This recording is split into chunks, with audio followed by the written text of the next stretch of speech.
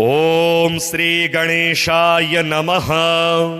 अथ श्री शिवगौरी स्तोत्रम्। श्रीनिपाश पुष्पशर पुंड्र चाप कहे, कर पंकजे कलित भक्त वांछिताम्। तरुणारुणारुण तनुं त्रिलोचनाम्। ललितां भजे ललित चंद्र चूलिकाम्। ललिता विभूषित निजांग मूर्तये, ललितेषु चाप श्रीनिपाश पाणये। उदयारुणद्युतिमुसे दयाजुषे, मदनेश्वराय महते नमो नमः। अंचत पंचशिखोंच मंच निकटे चक्रासनाध्यासिनी, सौंदर्यस्य महीं नवाब्दवयसं गौरीं कुलालापिनीं। माला पुष्पसृणी गुणांचितकरां पूग प्रमाणस्तनीं। बालां श्रीललितांबिका दुहितरं लीला समुद्रां भजे। चिंतामणिग्रहवरांचित शक्तिचक्रां, रक्षाकरं कलित कुमकुम रक्तवर्णं। सौंदर्य राशि वपुषं दशवर्षदेश्यं, वंदे कुमार मदनेश्वरमिन्दुमौलिम्। अपराजित नामधेयमश्वं, सुखमारूढवती सुवर्णवर्णां। विलसन्मणिवित्रपाशहस्ता, परिभूयात् परमेश्वरी सपत्नान्। अधिरोह्य जपारुणं तुरंगं, करपदमाञ्चितवेत्रपाशशक्तिः। परिभूत विपक्ष पक्षकोग्व्या, दरुणाभः परमेश्वरी सहायः। रक्तां विचित्रवसनां नवचंद्रचूडा, मन्नप्रदान निरतां स्तनभारनम्रां। नृत्यन्तमिन्दुशकला भरणं विलोक्य, हृष्टां भजे भगवतीं भवदुःखहन्त्रीम्। उदञ्चिता कुञ्चितवामपादं,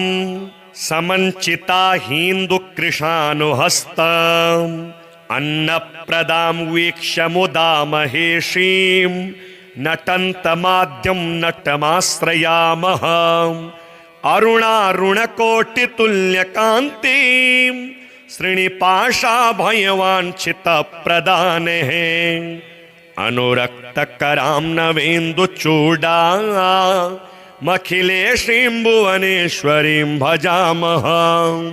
बालेन्दुकलितोत्तंसं बालारुणसमद्युतिं, पाशाङ्कुशवराभीति करं शम्भुं समाश्रये। कुलाचलकुतूहलं कुसुमचापसञ्जीवनं, कुचे कलितवल्कलं गुरुकृपारसं लोचने। जपासहृदयं रुचौ जपवटाभिरामं करे, जटानिबिडितं कचे जयति जीवितं शाम्भवम्। दत्तात्रेयं शिवं शान्तमिन्द्रनीलनिभं प्रभुम्, आत्ममायारतं देवमवधूतं दिगम्बरं। भस्मोद्धूलितसर्वाङ्गं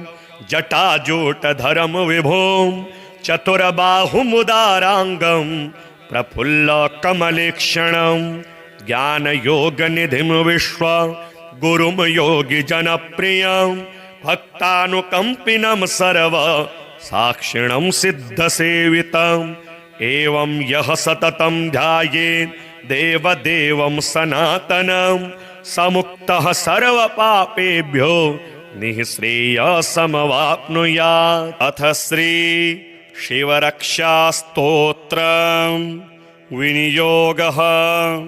ओम अस्य श्री शिवरक्षास्तोत्रमन्त्रस्य याज्ञवल्क्य ऋषिः श्री सदाशिवो देवता अनुष्टुप् छन्दः। श्री सदाशिव प्रीत्यर्थं शिवरक्षास्तोत्र जपे विनियोगः। चरितं देवदेवस्य महादेवस्य पावनम् अपारं परमोदारं चतुर्वर्गस्य साधनं गौरीविनायकोपेतं पञ्चवक्त्रं त्रिनेत्रकं शिवं ध्यात्वा दशभुजं शिवरक्षां पठेन्नरः गंगाधरः शिरः पातु भालम् अर्धेन्दुशेखरः नयने मदनध्वंसी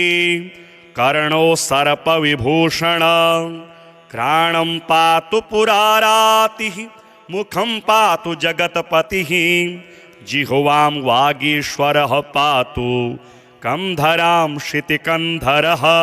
श्रीकण्ठः पातु मे कण्ठं स्कन्धौ विश्वधुरन्धरः भुजौ भूभारसंहर्ता करौ पातु पिनाकधृक् हृदयं शङ्करः पातु जठरं गिरिजापतिः नाभिं मृत्युञ्जयः पातु कटिव्याघ्राजिनाम्बरः सक्थिनी पातु दीनार्त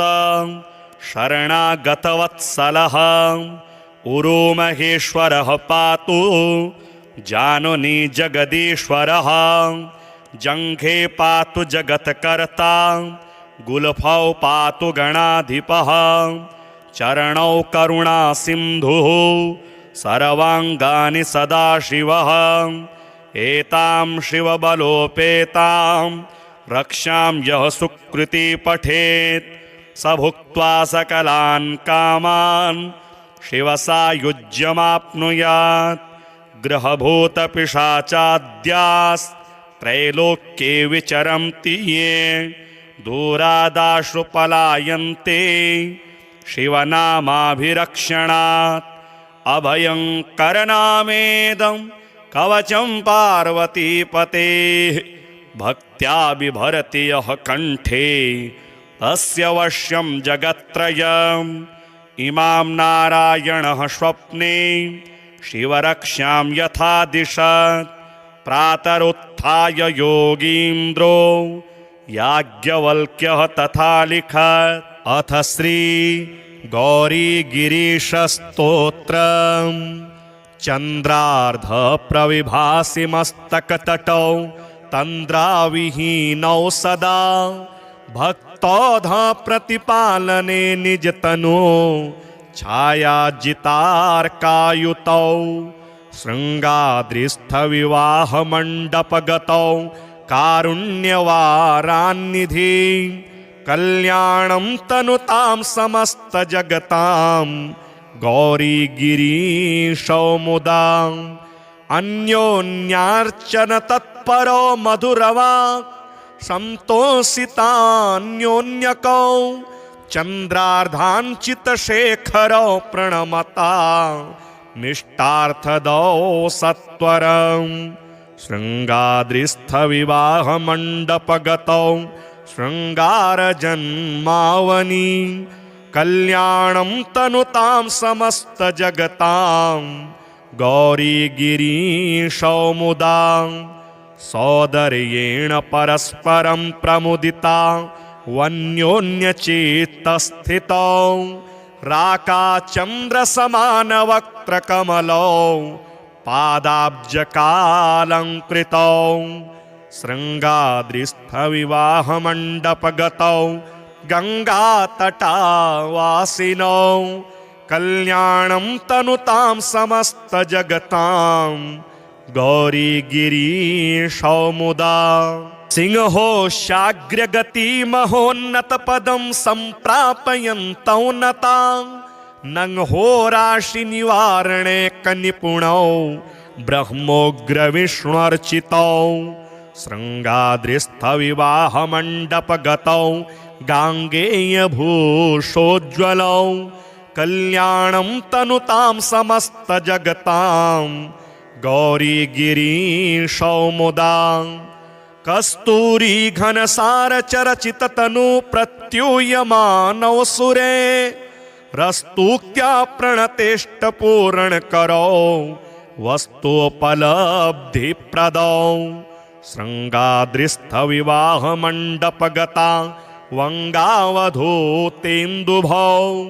कल्याणं तनुतां समस्तजगतां गौरी गिरीशौ मुदा वाणी निरजित हंस कोकिल रवौ पाणीकृताम्भोरुहौ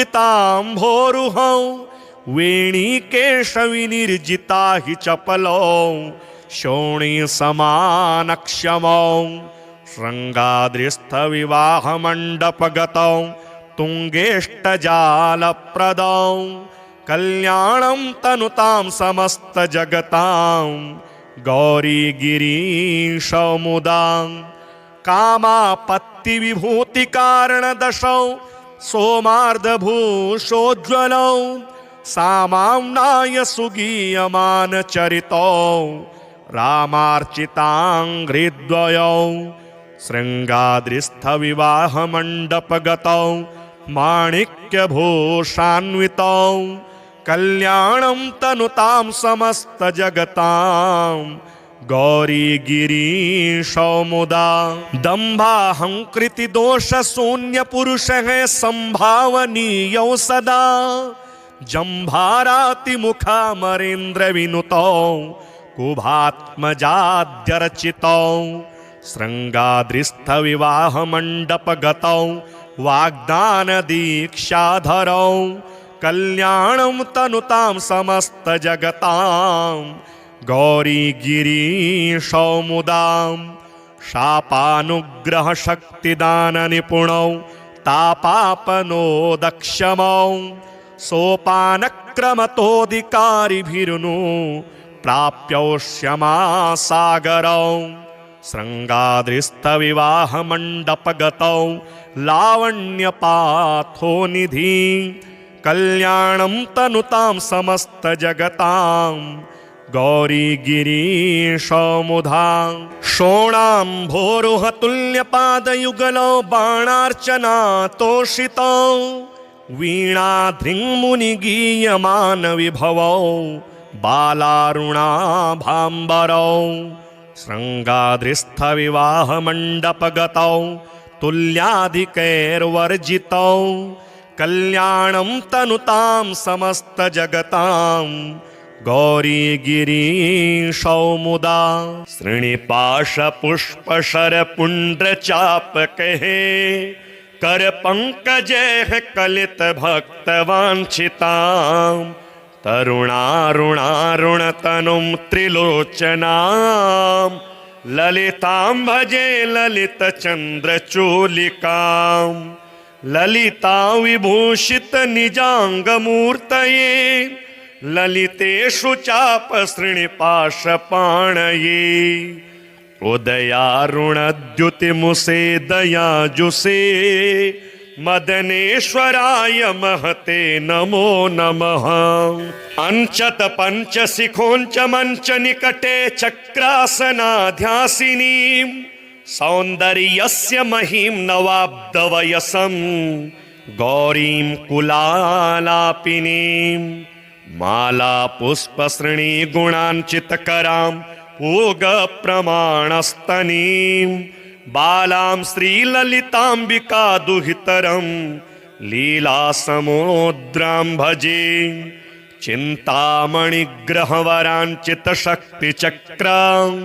रक्षाकरं कलितकुङ्कुमरक्तवर्णां सौन्दर्यराशिवपुषं दशवर्षदेश्यां वन्दे कुमारमदनेश्वरमिन्दुमौलिम् अपराजितनामधेयमश्वं सुखमारूढवती सुवर्णवर्णां विलसन्मणिवित्रपाशहस्ता परिभूयात् परमेश्वरी सपत्नान् अधिरुह्य जपारुणं तुरंगं करपदमाञ्चितवेत्रपाशशक्तिः परिभूतविपक्षपक्षकोग्व्या दरुणाभः परमेश्वरी सहायः रक्तां विचित्रवसनां नवचन्द्रचूडा मन्नप्रदाननिरतां स्तनभारनम्रां नृत्यन्तमिन्दुशकला भरणं विलोक्य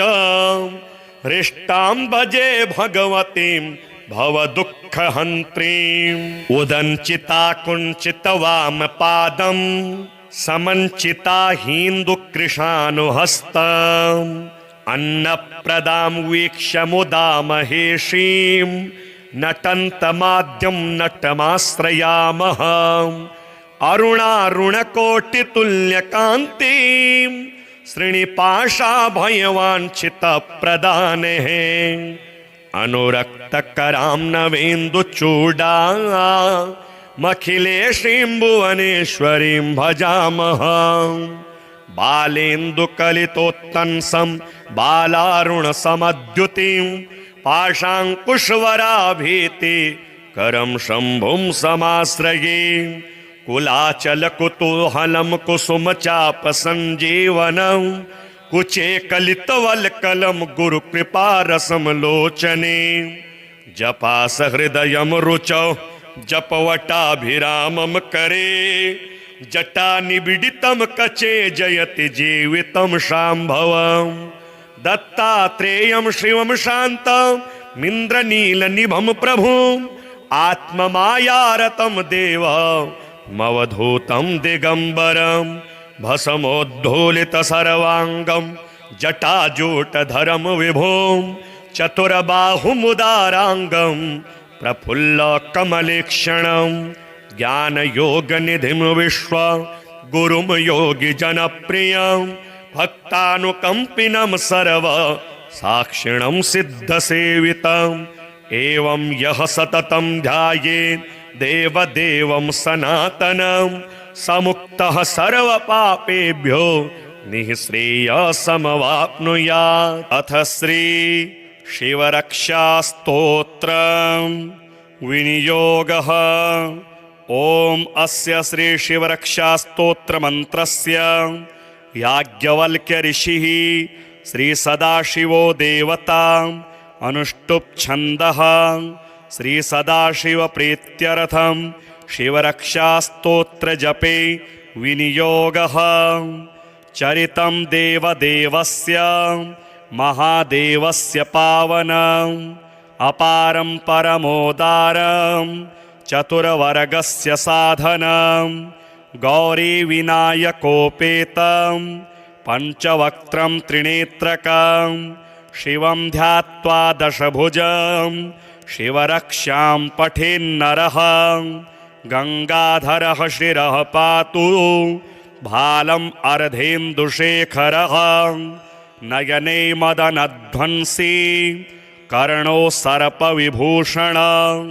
घ्राणं पातु पुरारातिः मुखं पातु जगत्पतिः जिह्वां वागीश्वरः पातु कंधरां शितिकन्धरः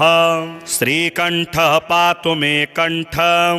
स्कन्धौ विश्वधुरन्धरः भुजौ भूभारसंहर्ता करौ पातु पिनाकधृक् हृदयं शङ्करः पातु जठरं गिरिजापतिः नाभिं मृत्युञ्जयः पातु कटिव्याघ्राजिनाम्बरः सक्थिनी पातु दीनार्त शरणागतवत्सलः उरोमहेश्वरः पातु जानुनी जगदीश्वरः जङ्घे पातु जगत्कर्ता गुल्फौ पातु गणाधिपः चरणौ करुणासिन्धुः सर्वाङ्गानि सदाशिवः एतां शिवबलोपेतां रक्षां यः सुकृती पठेत् स भुक्त्वा सकलान् कामान् शिवसायुज्यमाप्नुयात् ग्रहभूतपिशाचाद्यास्त्रैलोक्ये विचरन्ति ये दूरादाशु पलायन्ते शिवनामाभिरक्षणात् अभयङ्करनामेदं कवचं पार्वतीपतेः भक्त्या बिभरति यः कण्ठे तस्य वश्यं जगत्त्रयम् इमां नारायणः स्वप्ने शिवरक्षां यथा दिशत् प्रातरुत्थाय योगीन्द्रो याज्ञवल्क्यः तथा लिखत् अथ श्री गौरीगिरीशस्तोत्रम् चन्द्रार्ध प्रविभासि मस्तकतटौ तन्द्राविहीनौ सदा भक्तौध प्रतिपालने निजतनु छायाजितार्कायुतौ शृङ्गाद्रिस्थविवाहमण्डपगतौ कारुण्यवारान्निधि कल्याणं तनुतां समस्तजगतां गौरीगिरीशौ मुदा अन्योन्यार्चन तत्परो मधुरवाक् संतोषितान्योन्यकौ चन्द्रार्धाञ्चितशेखरौ प्रणमता निष्ठार्थदौ सत्वरम् शृङ्गाद्रिस्थविवाहमण्डपगतौ शृङ्गारजन्मावनि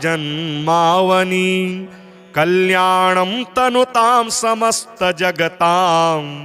गौरीगिरीशौ मुदा सौदर्येण परस्परं प्रमुदिता वन्योन्यचित्तस्थितौ राकाचन्द्रसमानवक्त्रकमलौ पादाब्जकालङ्कृतौ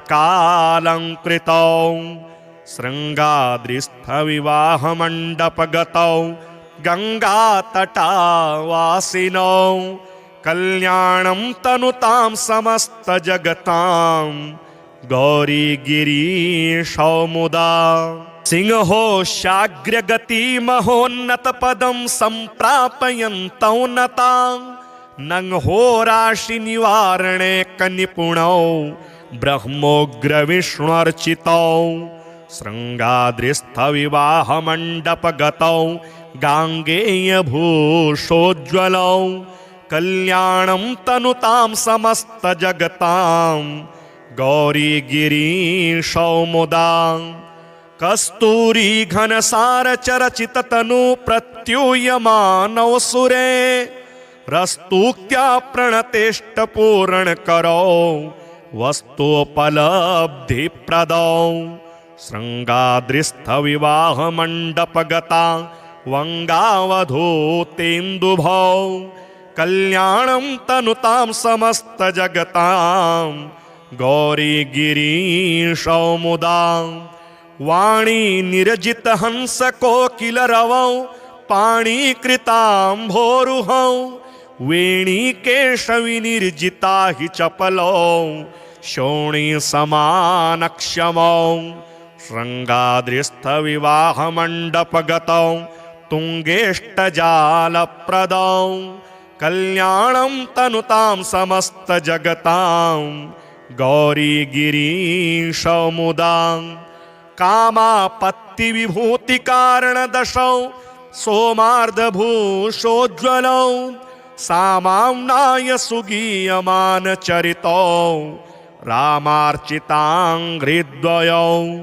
शृङ्गाद्रिस्थविवाहमण्डपगतौ माणिक्यभूषान्वितौ कल्याणं तनुतां समस्तजगतां गौरीगिरीशौ मुदा दम्भाहङ्कृतिदोषशून्यपुरुषः सम्भावनीयौ सदा जम्भारातिमुखामरेन्द्रविनुतौ कुभात्मजाद्यर्चितौ शृङ्गाद्रिस्थविवाहमण्डपगतौ वाग्दानदीक्षाधरौ कल्याणं तनुतां समस्तजगतां गौरीगिरीशौ मुदा शापानुग्रहशक्तिदाननिपुणौ तापापनोदक्षमौ सोपानक्रमतोऽधिकारिभिरुनु प्राप्यौ क्षमासागरौ शृङ्गाद्रिस्थविवाहमण्डपगतौ लावण्यपाथोनिधि कल्याणं तनुतां समस्तजगतां गौरीगिरीशौ मुदा शोणाम्भोरुहतुल्यपादयुगलौ बाणार्चनातोषितौ वीणाधृङ्मुनिगीयमानविभवौ बालारुणाभाम्बरौ शृङ्गाद्रिस्थविवाहमण्डपगतौ तुल्याधिकैर्वर्जितौ कल्याणं तनुतां समस्तजगतां गौरीगिरीशौ मुदा श्रीनिपाशपुष्पशरपुण्ड्रचापकैः करपङ्कजैः कलितभक्तवाञ्छितां तरुणारुणारुणतनुं त्रिलोचनां ललितां भजे ललितचन्द्रचूलिकां ललितां विभूषितनिजाङ्गमूर्तये ललितेषु चापसृणिपाशपाणये उदयारुणद्युतिमुसे दयाजुषे मदनेश्वराय महते नमो नमः। अंचत पंचशिखोंच मंच निकटे चक्रासनाध्यासिनीं सौन्दर्यस्य महिं नवाब्दवयसं गौरीं कुलालापिनीं माला पुष्पसृणी गुणाञ्चितकरां पूगप्रमाणस्तनीं बालां श्रीललिताम्बिका दुहितरं लीलासमुद्रां भजे चिन्तामणिग्रहवराञ्चितशक्तिचक्रां रक्षाकरं कलितकुङ्कुमरक्तवर्णां सौन्दर्यराशिवपुषं दशवर्षदेश्यां वन्दे कुमारमदनेश्वरमिन्दुमौलिम् अपराजितनामधेयमश्वं सुखमारूढवते सुवर्णवर्णां विलसन्मणिवित्रपाशहस्ता परिभूयात् परमेश्वरी सपत्नान् अधिरुह्य जपारुणं तुरङ्गं करपदमाञ्चितवेत्रपाशशक्तिः परिभूतविपक्षपक्षकोग्व्या दरुणाभः परमेश्वरी सहायः रक्तां विचित्रवसनां नवचन्द्रचूडा मन्नप्रदाननिरतां स्तनभारनम्रां नृत्यन्तमिन्दुशकलाभरणं विलोक्य हृष्टां भजे भगवतीं भवदुःखहन्त्रीम् उदञ्चिता कुञ्चितवामपादं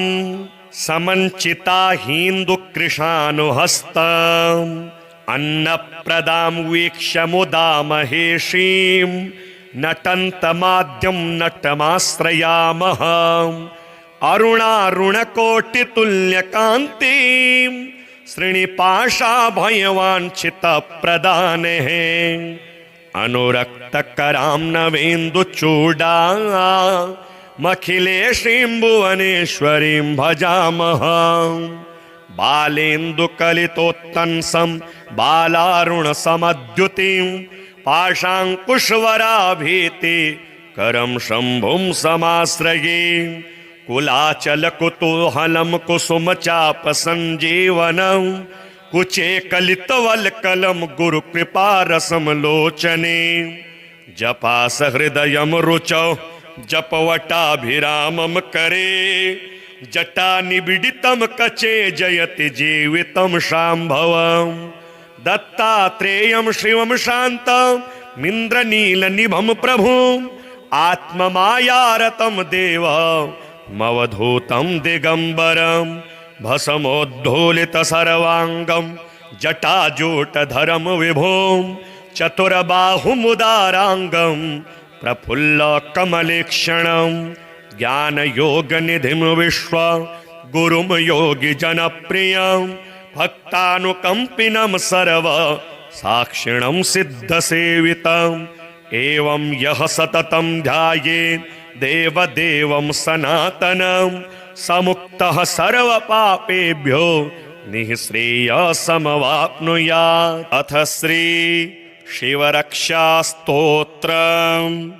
विनियोगः। ॐ अस्य श्री शिवरक्षास्तोत्रमन्त्रस्य याज्ञवल्क्य ऋषिः श्री सदाशिवो देवता अनुष्टुप् छन्दः श्री सदाशिव प्रीत्यर्थं शिवरक्षास्तोत्र जपे विनियोगः। चरितं देवदेवस्य महादेवस्य पावनं अपारं परमोदारं चतुर्वर्गस्य साधनं गौरीविनायकोपेतं पञ्चवक्त्रं त्रिनेत्रकं शिवं ध्यात्वा दशभुजं शिवरक्षां पठेन्नरः गङ्गाधरः शिरः पातु भालम् अर्धेन्दुशेखरः नयने मदनध्वंसी कर्णो सर्पविभूषण घ्राणं पातु पुरारातिः मुखं पातु जगत्पतिः जिह्वां वागीश्वरः पातु कंधरां शितिकन्धरः श्रीकण्ठः पातु मे कण्ठं स्कन्धौ विश्वधुरन्धरः भुजौ भूभारसंहर्ता करौ पातु पिनाकधृक् हृदयं शङ्करः पातु जठरं गिरिजापतिः नाभिं मृत्युञ्जयः पातु कटिव्याघ्राजिनाम्बरः सक्थिनी पातु दीनार्त शरणागतवत्सलः उरुमहेश्वरः पातु जानुनी जगदीश्वरः जङ्घे पातु जगत्कर्ता गुल्फौ पातु गणाधिपः चरणौ करुणासिन्धुः सर्वाङ्गानि सदाशिवः एतां शिवबलोपेतां रक्षां यः सुकृती पठेत् स भुक्त्वा सकलान् कामान् शिवसायुज्यमाप्नुयात् ग्रहभूतपिशाचाद्यास्त्रैलोक्ये विचरन्ति ये दूरादाशु पलायन्ते शिवनामाभिरक्षणात् अभयङ्करनामेदं कवचं पार्वतीपतेः भक्त्या बिभरति यः कण्ठे तस्य वश्यं जगत्त्रयम् इमां नारायणः स्वप्ने शिवरक्षां यथा दिशत् प्रातरुत्थाय योगीन्द्रो याज्ञवल्क्यः तथा लिखत् अथ श्री गौरीगिरीशस्तोत्रम् चन्द्रार्ध प्रविभासि मस्तकतटौ तन्द्राविहीनौ सदा भक्तौध प्रतिपालने निजतनु छायाजितार्कायुतौ शृङ्गाद्रिस्थविवाहमण्डपगतौ कारुण्यवारान्निधि कल्याणं तनुतां समस्तजगतां गौरीगिरीशौ मुदा अन्योन्यार्चन तत्परो मधुरवाक् संतोषितान्योन्यकौ चन्द्रार्धाञ्चितशेखरौ प्रणमता निष्ठार्थदौ सत्वरं शृङ्गाद्रिस्थविवाहमण्डपगतौ शृङ्गारजन्मावनि कल्याणं तनुतां समस्तजगतां गौरीगिरीशौ मुदा सौदर्येण परस्परं प्रमुदिता वन्योन्यचित्तस्थितौ राकाचन्द्रसमानवक्त्रकमलौ पादाब्जकालङ्कृतौ शृङ्गाद्रिस्थविवाहमण्डपगतौ गङ्गातटावासिनौ कल्याणं तनुतां समस्तजगतां गौरीगिरीशौ मुदा सिंहोशाग्रगतिमहोन्नतपदं सम्प्रापयन्तौ नतां नंहोराशिनिवारणे कनिपुणौ ब्रह्मोग्रविष्णुर्चितौ शृङ्गाद्रिस्थविवाहमण्डपगतौ गाङ्गेयभूषोज्ज्वलौ कल्याणं तनुतां समस्तजगतां गौरीगिरीशौ मुदा कस्तूरी घनसारचरचिततनु प्रत्यूयमानौ सुरे रस्तूक्त्या प्रणतेष्टपूरणकरौ वस्तुपलब्धिप्रदौ शृङ्गाद्रिस्थविवाहमण्डपगता वङ्गावधूतेन्दुभौ कल्याणं तनुतां समस्तजगतां गौरी गिरीशौ मुदा वाणी निरजित हंस कोकिल रवौ पाणीकृताम्भोरुहौ वेणी केशवि निर्जिता हि चपलौ शोणी समानक्षमौ शृंगाद्रिस्थ विवाह मंडपगतौ तुंगेष्टजालप्रदौ कल्याणं तनुतां समस्त जगतां गौरी गिरीशौ मुदा कामापत्ति विभूति कारण दशौ सोमार्धभूषोज्ज्वलौ सामाम्नाय सुगीयमान चरितौ रामार्चिताङ्घ्रिद्वयौ शृङ्गाद्रिस्थ विवाह मंडपगतौ माणिक्यभूषान्वितौ कल्याणं तनुतां समस्त जगतां गौरी गिरीशौ मुदा दंभाहंकृति दोष शून्य पुरुष है संभावनीयौ सदा जंभाराति मुखामरेन्द्र विनुतौ कुभात्मजाद्यर्चितौ शृंगाद्रिस्थ विवाह मंडपगतौ वाग्दान दीक्षाधरौ कल्याणं तनुतां समस्त जगतां गौरी गिरीशौ मुदा शापानुग्रह शक्तिदान निपुणौ तापापनोदक्षमौ सोपानक्रमतोऽधिकारिभिरुनु प्राप्यौष्यमासागरौ शृङ्गाद्रिस्थ विवाह मंडपगतौ लावण्यपाथोनिधि कल्याणं तनुतां समस्त जगतां गौरी गिरीशौ मुदा शोणाम्भोरुह तुल्यपादयुगलौ बाणार्चना तोषितौ वीणाधृङ्मुनिगीयमान विभवौ बालारुणाभाम्बरौ शृङ्गाद्रिस्थ विवाह मंडपगतौ तुल्याधिकैर्वर्जितौ कल्याणं तनुतां समस्त जगतां गौरी गिरीशौ मुदा श्रीनिपाश पुष्प शर पुण्ड्र चापकहे कर पंकजे कलित भक्त वांछितां तरुणारुणारुण तनुं त्रिलोचनां ललितां भजे ललित चंद्र चूलिकां ललिता विभूषित निजांग मूर्तये ललितेषु चाप श्रीनिपाशपाणये उदयारुणद्युतिमुसे दयाजुषे मदनेश्वराय महते नमो नमः अंचत पंचशिखोंच मंच निकटे चक्रासनाध्यासिनीं सौंदर्यस्य महिं नवाब्दवयसं गौरीं कुलालापिनीं माला पुष्पसृणी गुणांचितकरां पूगप्रमाणस्तनीं बालां श्रीललिताम्बिका दुहितरं लीलासमुद्रां भजे चिन्तामणिग्रहवराञ्चितशक्तिचक्रां रक्षाकरं कलितकुङ्कुमरक्तवर्णां सौन्दर्यराशिवपुषं दशवर्षदेश्यां वन्दे कुमारमदनेश्वरमिन्दुमौलिम् अपराजितनामधेयमश्वं सुखमारूढवते सुवर्णवर्णां विलसन्मणिवित्रपाशहस्ता परिभूयात् परमेश्वरी सपत्नान् अधिरुह्य जपारुणं तुरंगं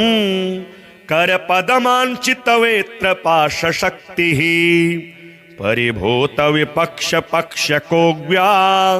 दरुणाभः परमेश्वरी सहायः रक्तां विचित्रवसनां नवचन्द्रचूडा मन्नप्रदाननिरतां स्तनभारनम्रां नृत्यन्तमिन्दुशकला भरणं विलोक्य हृष्टां भजे भगवतीं भवदुःखहन्त्रीम् उदञ्चिता कुञ्चितवामपादम् समञ्चिता हीन्दुकृशानुहस्तम् अन्नप्रदां वीक्ष्य मुदा महेशीम्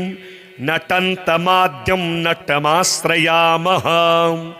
अरुणारुणकोटितुल्यकान्तिं श्रीनिपाशाभयवाञ्छितप्रदानेः अनुरक्तकरां नवेन्दुचूडा मखिलेशीं भुवनेश्वरीं भजामः बालेन्दुकलितोत्तंसं बालारुणसमद्युतिं पाशाङ्कुशवराभीति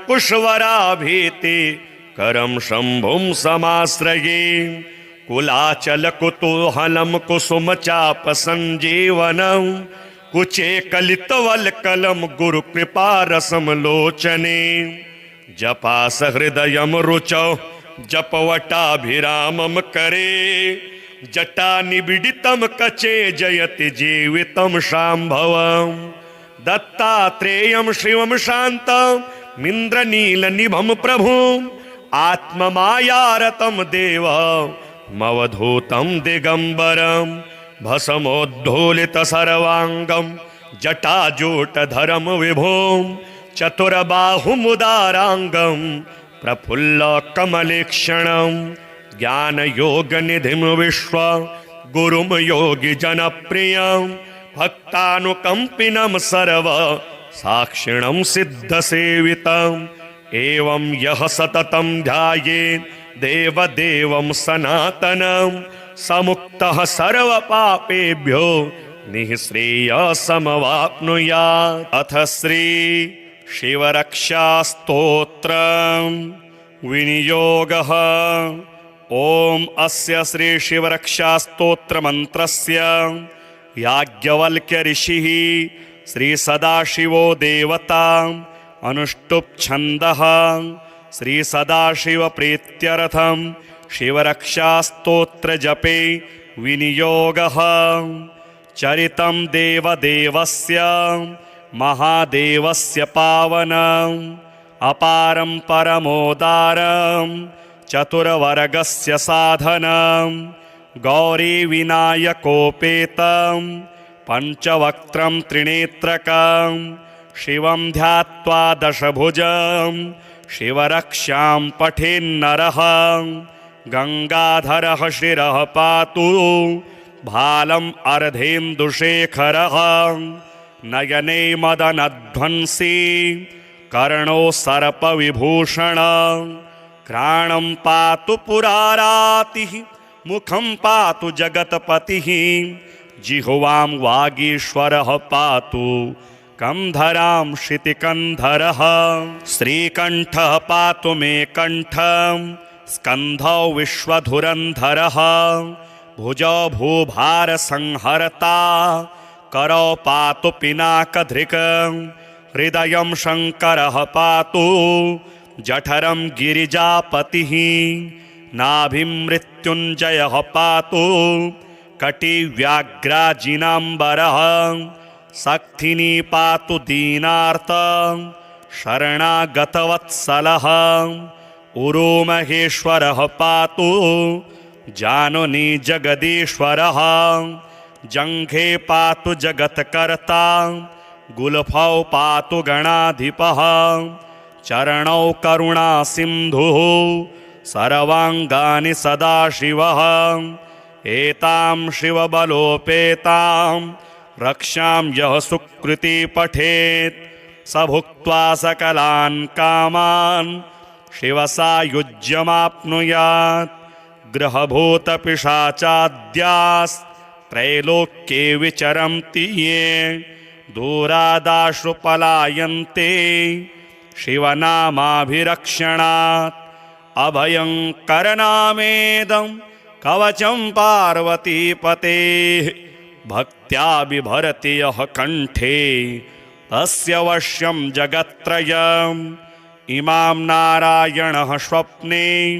शिवरक्षां यथा दिशत् प्रातरुत्थाय योगीन्द्रो याज्ञवल्क्यः तथा लिखत्। अथ श्री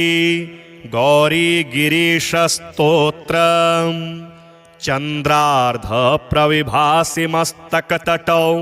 तन्द्राविहीनौ सदा भक्तौध प्रतिपालने निजतनु छायाजितार्कायुतौ शृङ्गाद्रिस्थविवाहमण्डपगतौ कारुण्यवारान्निधि कल्याणं तनुतां समस्तजगतां गौरीगिरीशौ मुदा अन्योन्यार्चन तत्परो मधुरवाक् संतोषितान्योन्यकौ चन्द्रार्धाञ्चितशेखरौ प्रणमता निष्ठार्थदौ सत्वरम् शृङ्गाद्रिस्थविवाहमण्डपगतौ शृङ्गारजन्मावनि कल्याणं तनुतां समस्तजगतां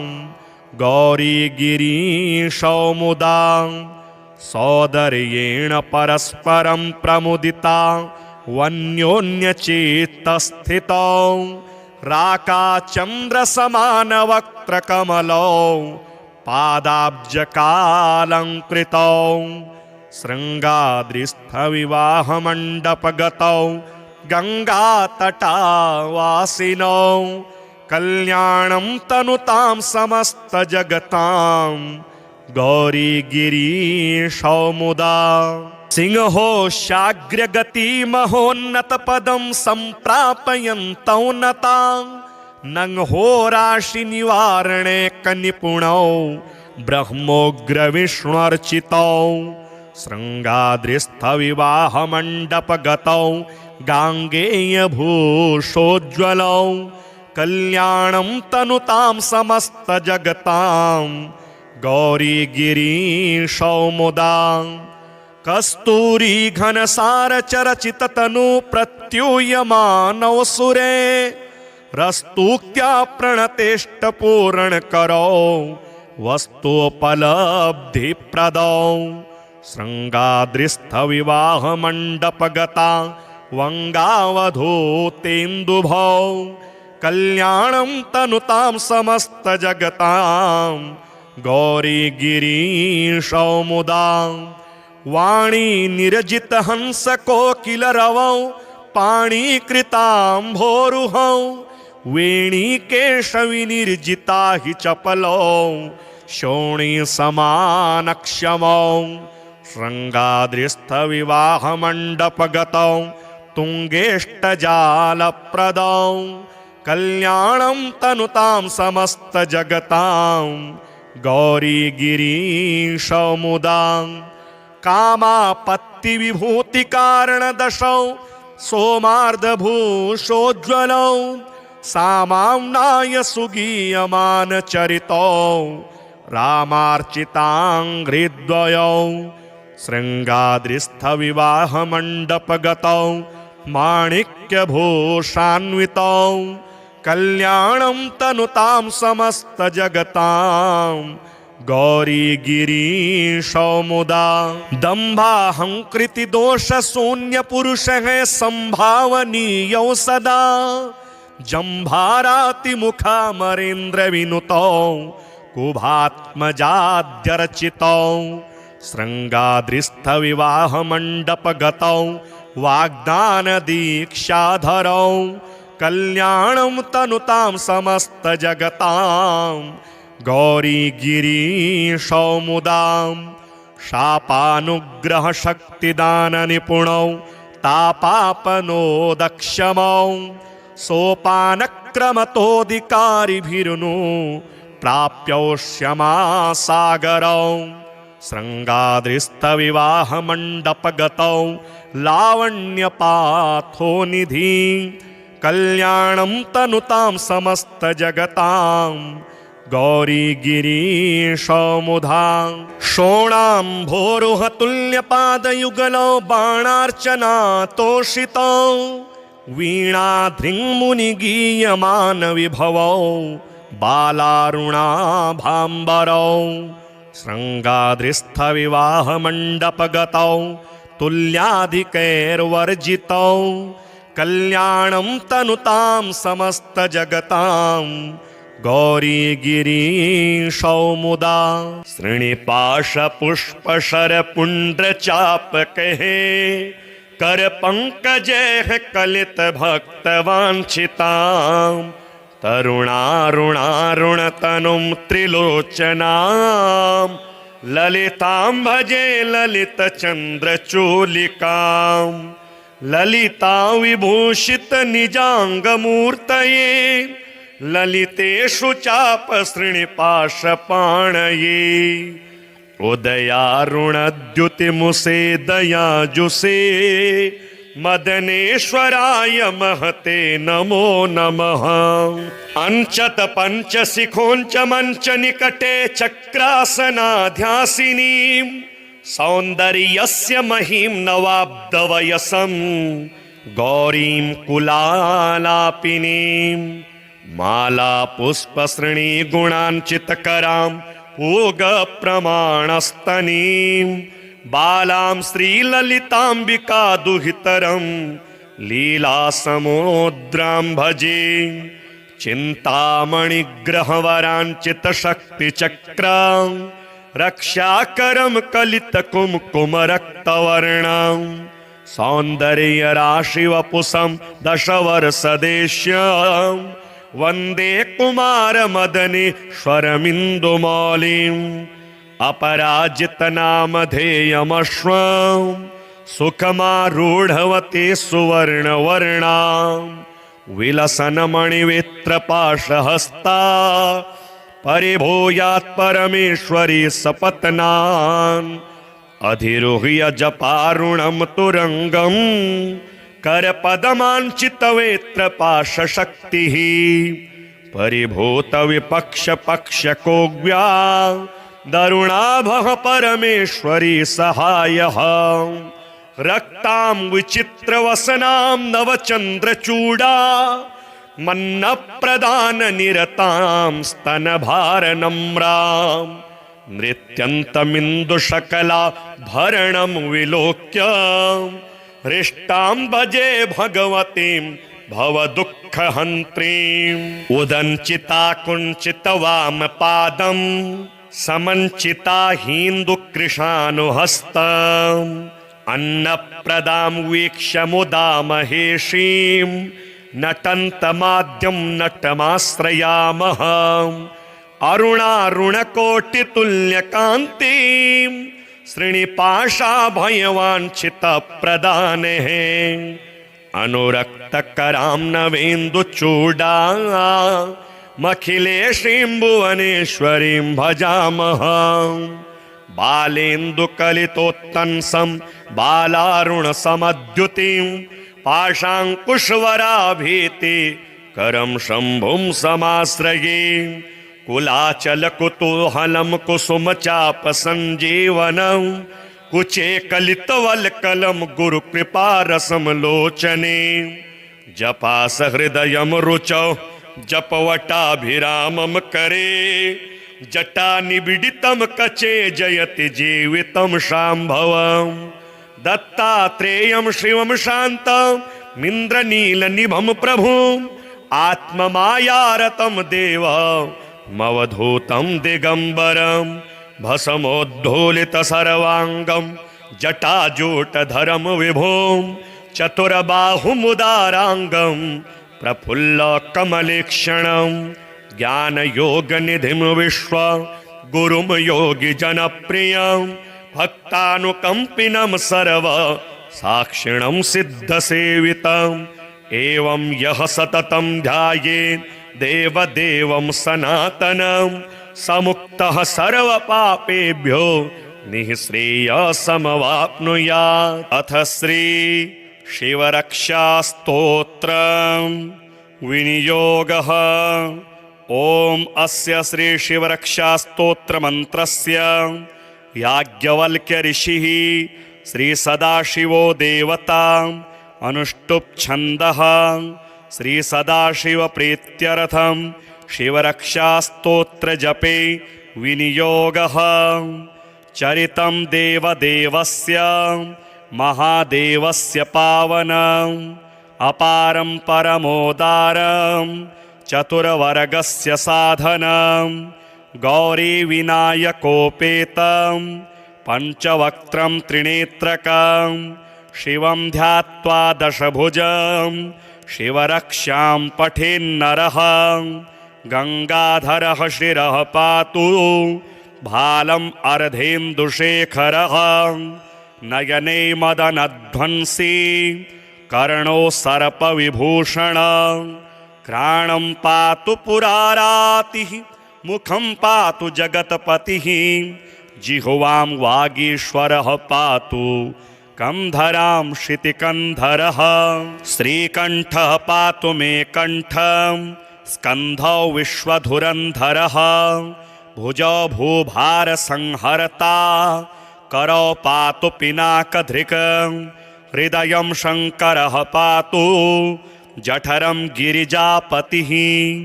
नाभिं मृत्युञ्जयः पातु कटिव्याघ्राजिनाम्बरः सक्थिनी पातु दीनार्त शरणागतवत्सलः उरुमहेश्वरः पातु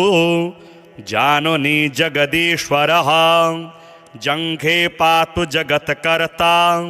गुल्फौ पातु गणाधिपः चरणौ करुणासिन्धुः सर्वाङ्गानि सदाशिवः एतां शिवबलोपेतां रक्षां यः सुकृती पठेत् स भुक्त्वा सकलान् कामान् शिवसायुज्यमाप्नुयात्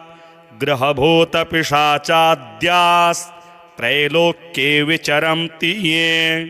दूरादाशु पलायन्ते शिवनामाभिरक्षणात् अभयङ्करनामेदं कवचं पार्वतीपतेः भक्त्या बिभरति यः कण्ठे तस्य वश्यं जगत्त्रयम् इमां नारायणः स्वप्ने शिवरक्षां यथा दिशत् प्रातरुत्थाय योगीन्द्रो याज्ञवल्क्यः तथा लिखत् अथ श्री गौरीगिरीशस्तोत्रम् चन्द्रार्ध प्रविभासि मस्तकतटौ तन्द्राविहीनौ सदा भक्तौध प्रतिपालने निजतनो छायाजितार्कायुतौ शृङ्गाद्रिस्थविवाहमण्डपगतौ कारुण्यवारान्निधि कल्याणं तनुतां समस्तजगतां गौरीगिरीशौ मुदा अन्योन्यार्चन तत्परो मधुरवाक् संतोषितान्योन्यकौ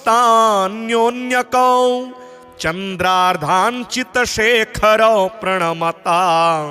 निष्ठार्थदौ सत्वरं शृङ्गाद्रिस्थविवाहमण्डपगतौ शृङ्गारजन्मावनि कल्याणं तनुतां समस्तजगतां गौरीगिरीशौ मुदा सौदर्येण परस्परं प्रमुदिता वन्योन्यचित्तस्थितौ राकाचन्द्रसमानवक्त्रकमलौ पादाब्जकालङ्कृतौ शृङ्गाद्रिस्थविवाहमण्डपगतौ गङ्गातटावासिनौ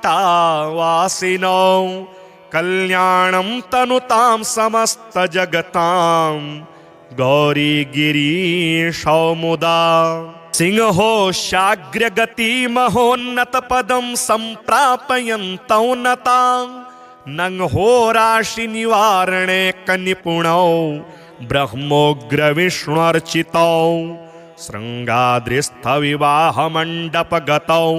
गाङ्गेयभूषोज्ज्वलौ कल्याणं तनुतां समस्तजगतां गौरीगिरीशौ मुदा कस्तूरी घनसारचरचिततनु प्रत्यूयमानौ सुरे रस्तूक्त्या प्रणतेष्टपूरणकरौ वस्तुपलब्धिप्रदौ शृङ्गाद्रिस्थविवाहमण्डपगता वङ्गावधूतेन्दुभौ कल्याणं तनुतां समस्तजगतां गौरीगिरीशौमुदां वाणी निरजितहंसकोकिलरवौ पाणिकृताम्भोरुहौ वेणीकेशविनिर्जिता हि चपलौ शोणीसमानक्षमौ शृङ्गाद्रिस्थविवाहमण्डपगतौ तुङ्गेष्टजालप्रदौ कल्याणं तनुतां समस्तजगतां गौरीगिरीशौमुदां कामापत्तिविभूतिकारणदशौ सोमार्धभूषोज्ज्वलौ सामाम्नाय सुगीयमानचरितौ रामार्चिताङ्घ्रिद्वयौ शृङ्गाद्रिस्थविवाहमण्डपगतौ माणिक्यभूषान्वितौ कल्याणं तनुतां समस्तजगतां गौरीगिरीशौमुदां दम्भाहङ्कृतिदोषशून्यपुरुषः सम्भावनीयौ सदा जम्भारातिमुखामरेन्द्रविनुतौ कुभात्मजाद्यर्चितौ शृङ्गाद्रिस्थविवाहमण्डपगतौ वाग्दानदीक्षाधरौ कल्याणं तनुतां समस्तजगतां गौरीगिरीशौमुदां शापानुग्रहशक्तिदाननिपुणौ तापापनोदक्षमौ सोपानक्रमतोऽधिकारिभिरुनु प्राप्यौष्यमासागरौ शृङ्गाद्रिस्थविवाहमण्डपगतौ लावण्यपाथोनिधि कल्याणं तनुतां समस्तजगतां गौरीगिरीशौमुदां शोणाम्भोरुहतुल्यपादयुगलौ बाणार्चनातोषितौ वीणाधृङ्मुनिगीयमानविभवौ बालारुणाभाम्बरौ शृङ्गाद्रिस्थविवाहमण्डपगतौ तुल्याधिकैर्वर्जितौ कल्याणं तनुतां समस्तजगतां गौरीगिरीशौमुदां